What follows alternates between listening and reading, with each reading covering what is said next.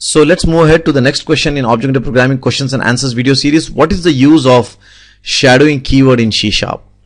Now, the concept of shadowing is not exactly object-oriented programming principle, I will say, but because this keyword is very much connected with classes and objects, it's a right candidate to be discussed in this section. So what we'll do is, before we even talk about what is the use of shadowing, let's first talk about what exactly is shadowing.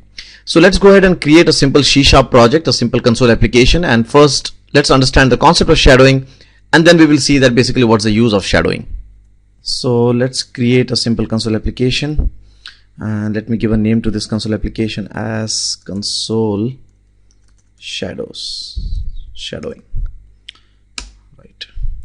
Now in this console application, let's go ahead and create a simple class, let's say class 1. And in this class 1 we'll just declare a simple variable called as I. Very simple. So we have a very simple class here called as class 1, and which has a very simple public variable called as I. Now let's say we have one more class here called as class 2, and this class 2 actually inherits from class 1.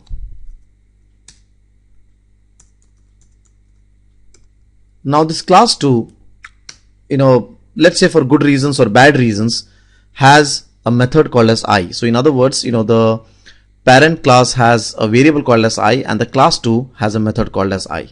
So let's create a method with the name I. Now let's go ahead and compile this project, because many of our developer friends would be thinking that basically the class 1 has a variable I, while the class 2 has a method I. Will it compile or not? So you can see that the build has succeeded. Now what we'll do is, let's go ahead and create the object of both of these classes, that is class 1 and class 2. So class 1 is obj1 equal to new class 1, and let's create the object of class 2 as well. So class 2 is obj2 equal to new class 2. Right. Let's build this. Now when you say obj1 dot I, you can see that it's a variable, right? Why? Because definitely you have defined a variable, so it's a variable. So I'll just say 1 2 3. So this variable I, this obj1, in obj1 the I is actually a simple variable, right? Now if I do obj2 dot I, you can see that the I is a method, right? And I don't see that variable I over here, I just see the method here. So in other words, when I actually use the parent, the I is a variable. When I use the child, the I has been converted to a method. This is termed as shadowing. In shadowing, the parent class element is completely replaced by the child class. In other words, for example, you can see that this integer I has been changed to a method I. The data type has been just replaced by a simple method. So shadowing means basically the parent element is completely replaced by child element in terms of data type, in terms of functionality, etc. When I say functionality, in terms of the variable becoming the method or function or property or whatever it is, right? Now the next question you will ask is basically what's the use of shadowing, because definitely when the complete element type is going to be replaced, this is going to cause a lot of confusion in the project. For example, you just saw, right, the variable I has been converted to a method, right? So definitely this is not a good practice. So if shadowing is going to confuse people, if shadowing is going to bring in bad coding practices, the next question arises is, why do we need shadowing then? Now in order to understand shadowing much better, let's go and delete this theoretical classes, class 1 and class 2, and let's create some practical class, some more practical classes. Okay, so let's create a class called as sales, and let's say that this sales class has a invoice number property which is numeric. So I'll say public int invoice number, set and get, and let's build this. Everything looks fine. Now let's say this sales class is used in a lot of places. It's your rockstar class. Okay, it's your famous class which is used in a lot of places, and it's working perfectly well currently.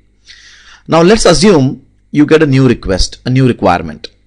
The requirement says that the invoice number property of the sales class should also accept alphanumeric values. Now you really can't go and change your invoice number property to string or something over here, because if you change this data type, then your current client who are consuming this class will not be happy about it. So what do we do for this? And also adding to the same, you can't use overriding. Overriding only changes the implementation. It doesn't change the data type. Currently what your demand is that basically you want to change the property data type, and that's where exactly you will need shadowing. So what you'll do is basically you will create a new class called as sales, let's say version 2, who inherits from the sales class.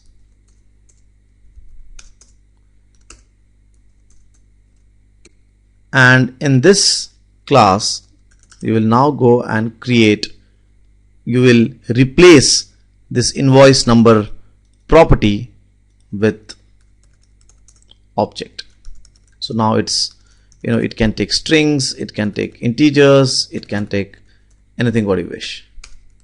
So now if I go and create the object of sales,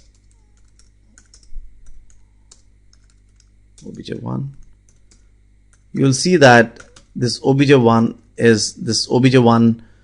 invoice number property is integer. Very important. And if you see obj2, sales version 2, obj2, if you see this new version what you have prepared, the invoice number can take integers, it can take strings, it can take whatever you wish. Why? Because the property is an object now. So in simple words, what you've done is your old clients who have been using this invoice number as an integer property can keep using the integer property. So invoice number 1, 2, 3. So the old clients can happily use your sales class, while the new clients who have raised the demand that they want a flexible invoice number can now go and use the second version.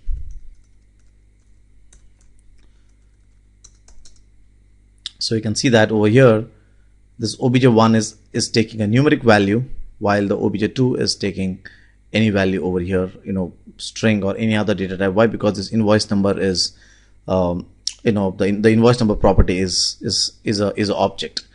You can see that there's a red error sign here. That's because of this new keyword. So now what we have achieved is the old customers or the old UIs who are consuming this sales class can happily keep using it, while the new clients get their requirement fulfilled where the invoice number is an object. So you have kept your vocabulary same and you have changed the data type of the property. Now right from the start of the video we had overlooked this warning, right?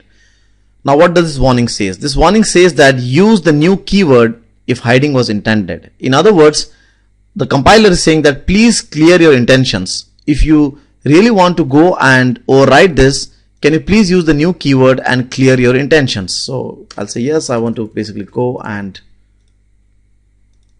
the new keyword comes first. So what this says is that, let me go and recompile this. So you can see that the warning has gone off. So what this says now is that basically the invoice number, which is an integer, right, will be replaced by a complete new property. The names are same, but it will have a new data type. Probably it can have a new functionality. In other words, this invoice number can become a function if you wish. So this new keyword actually says to the compiler that yes, I know what I'm doing as a developer, and my intention is to go and replace this invoice number property, which is an integer, with the invoice number property which will take objects. So I hope that you enjoyed this video. Now before I end this video, I want to make one important difference clear between shadowing and overriding. Shadowing replaces the current element of the parent, while overriding only replaces the implementation. It doesn't replace the data type. It doesn't replace, like for example, you have a variable, it doesn't convert it to a method. So if there is a method, it will use that method and only change the implementation. So overriding only changes the implementation, while shadowing actually replaces the complete element of the parent class. Thank you very much.